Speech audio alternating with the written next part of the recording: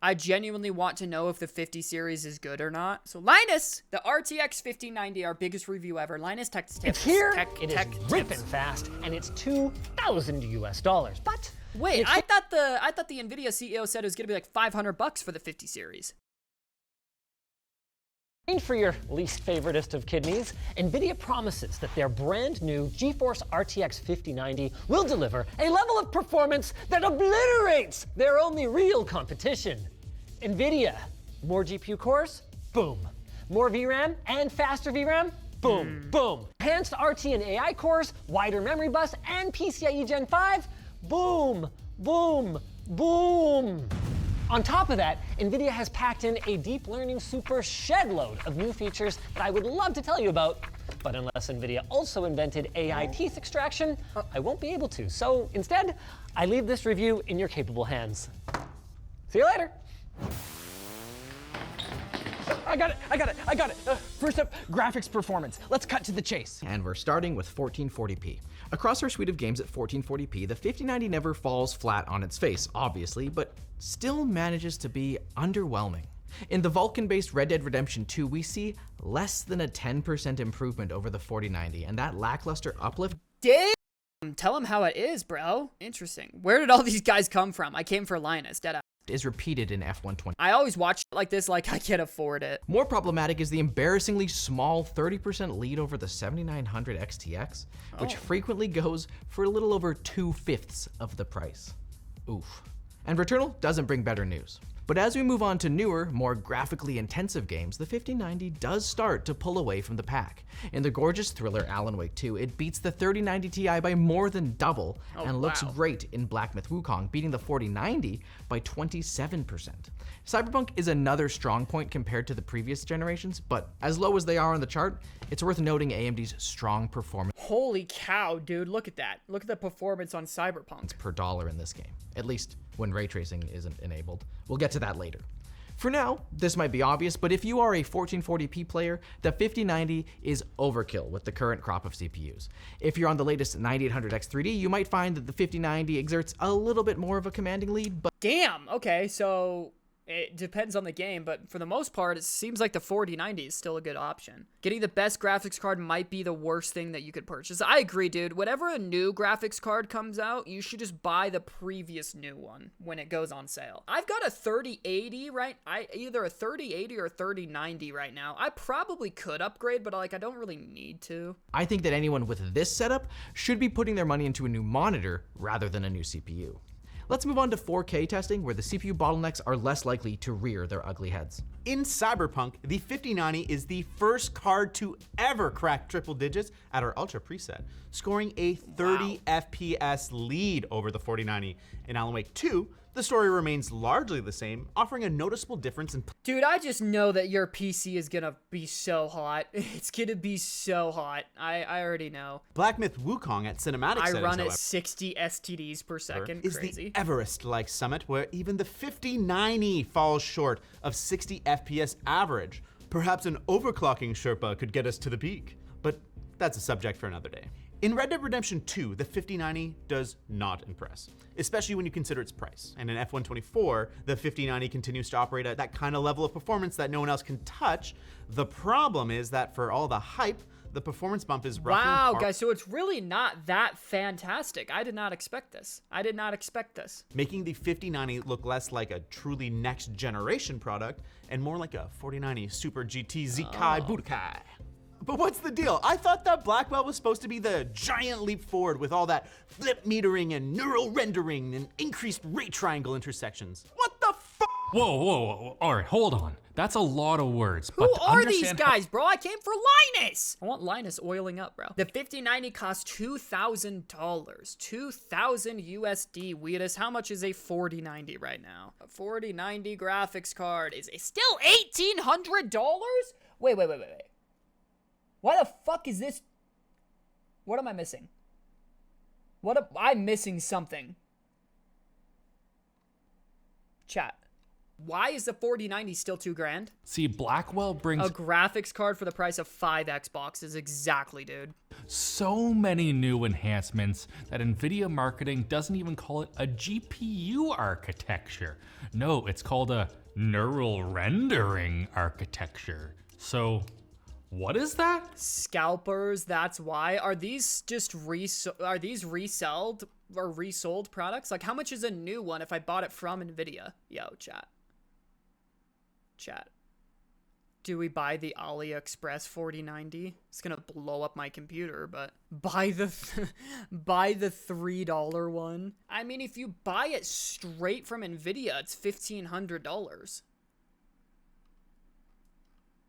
Chat, you guys always flame me for buying pre-built. This is why. Look at this. You guys flamed me for buying my PCs pre-built. I want you guys to look at this shit. $2,000, okay? $2,000 with a 4070 Ti. 4070 for $2,000. And everything else is pre-built. Chat, the card alone is like $1,400. What is a 4070? $1,350. Chat, you guys flamed my ass for buying pre-built. A 4070 is $1,350, and the whole entire PC pre-built is $2,000. What is the point in building your own PC? I don't know. It makes these degenerates feel like more of a man, apparently, or something like that. Dude, what? PCs are way too expensive, man. Dude, for what I do with my PC, it's not. I mean, the editing capability that I have, which is literally my job, it's not. But yeah, if you're just an average, like, gamer, why the hell would you buy a PC, you know? Yeah, but the other parts don't cost that much. Clue, I promise you, if you buy all of the parts separately and assemble it, it's going to cost you $100 less than buying pre-built. Because the other parts, look at this. The other parts, an AMD Ryzen 7, okay? Let's see. Let's see this. Let's just take a look. Ryzen 7, $581 plus the $1,350. You're already at $581 plus $1,350. You're already at $1,900. You're literally already at $1,900 with simply just the GPU and the fucking CPU. You're already at the cost of it. Think of it like building a Lego. I can promise you, I would not like building Legos if I could just buy the set already built for me for a literal fraction of the cost. A fraction of the cost. I probably wouldn't buy Legos. What would the point be? What would the point be? You know? We're not talking about any of the other shit, dude. We're 2 parts in, and it's already more expensive than it is to buy pre-built. Yeah, I don't want you guys flaming me. Yeah, I'm sick of you guys flaming me. What about this? What about this? Ooh, that brought it up. That's a good CPU, because that brought it up. What if I want the AMD Ryzen 7? How much is this CPU alone? 9,800. 532. Really? Okay. 532. 4080 Super. 64 gigs of RAM. 2 terabytes of storage for $3,300. It's crazy, dude. Like, that's a ridiculous machine right here. That's actually not bad, chat. I don't need to upgrade, dude. I don't need to upgrade. Cheapest one with 4090 is around $3K. I could get a decent car for that kind of money. What kind of car could you get that is decent for $3,000? That is not real. I don't want to buy a $5,000 Lego set when I could buy the complete version for $2,000. Exactly, dude. That's what I'm saying. Toyota Yaris. Can you buy a Yaris for $3,000? Here's the problem with buying cheap cars, chat. The problem with buying cheap cars, when you're getting in the sub $10,000 range, it might run for you for the first 2 months of you buying it, and then immediately you're having to take it to the shop. You already got to take it to the shop within the first couple of months of buying it, spend another $1,000 on repair, last for another 3, 4, 5, if you're lucky, 6 months, and then there's another $3,000 repair bill, and then it's like, dude, you're just paying for repairs at that point. It's so cheap because literally within the first year of you having it, you're gonna have to dump another $4,000 into repairs. So this is the $3,000 one. Chat, I mean, like, it's all about what you do. Chat, I'm telling you right now, it's all about what you do with your PCs. Me, where my job, my literal livelihood depends on my PC, and obviously my PC right now is fine, right? I don't need to go overkill like that, but I certainly could go overkill like that. I certainly could go overkill and buy a $3,000 PC, and it would make sense because it's my job.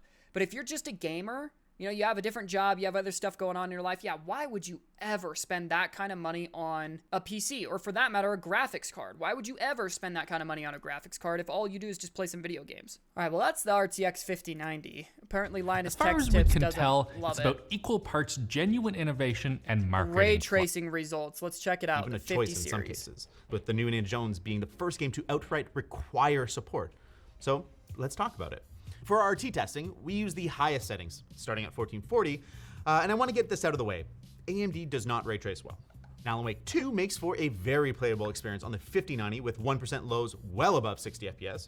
Numbers it can't quite hit yet on the absolutely brutal Black Myth Wukong, though it is playable, unlike the poor 7900 XTX. Ouch! In Cyberpunk, the fuck the was 5090 that? has just a 20% lead over the 4090, but compared to the 4080 Super, it maintains its price to performance ratio, which I generally consider to be pretty darn acceptable for a Halo class card. In the lightly ray traced F124, AMD comes back to life a little, performing well against the 4080 Super, and the same can be said for Returnal. But there's no question that the 5090 is king for RT at 1440p, with a crown that only gets more dazzling at 4K.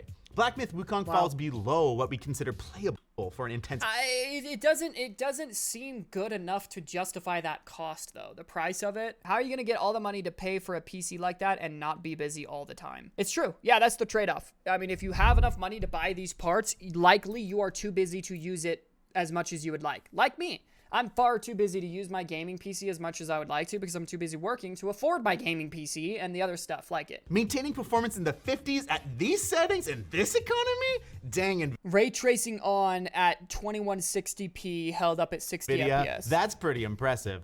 And if you care more about absolute cinema than frame rate, well, it holds above 30 FPS in Alan Wake 2, which should go great with your popcorn. I don't think I would ever play a game in 2060p, 2160p, 2K. I don't think I would ever do it. All of this taken together means we're looking at a greater than 30% lead over last gen at a 25% higher price, meaning the new RT cores are providing some benefit, but it's pretty small compared to the This impact guy's of Nvidia enunciation. just plunking in more of them.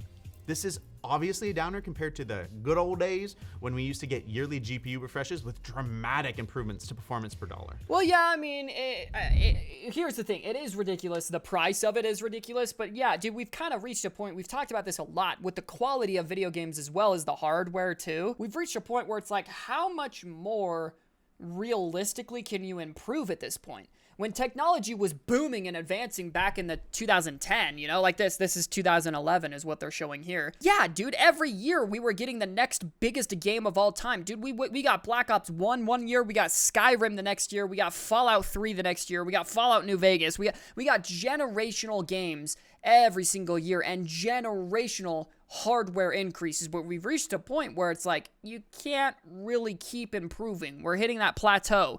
It's not possible to keep on improving at the rate that we were when we boomed, you know, when we boomed. Realistic graphics are ruining the fun in gaming. Yeah, I touched on that a lot in my video about it. I touched on that a lot.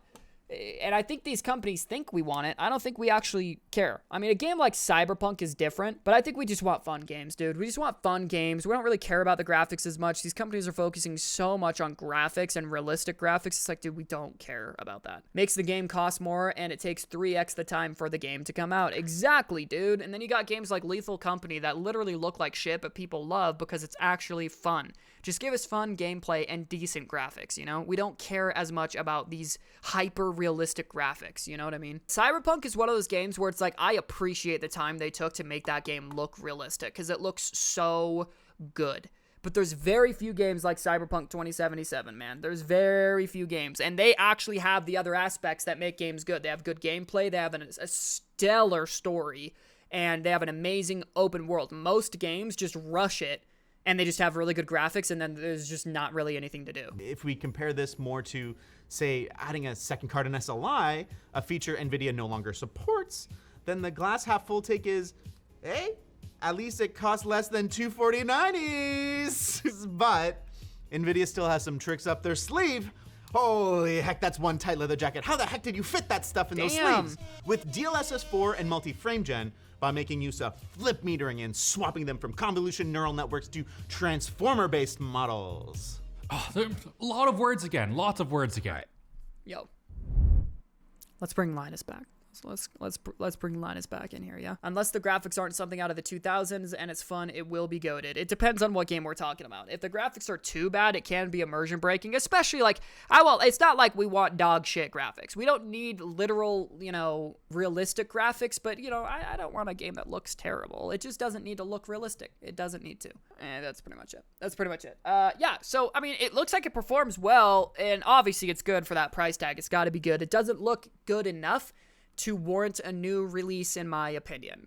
In my opinion, it does not warrant a $2,000 graphics card upgrade. I hope that this drives the price down for the 4090s, though. I had no idea those were still retailing for as expensive as they are. That's a lot of money.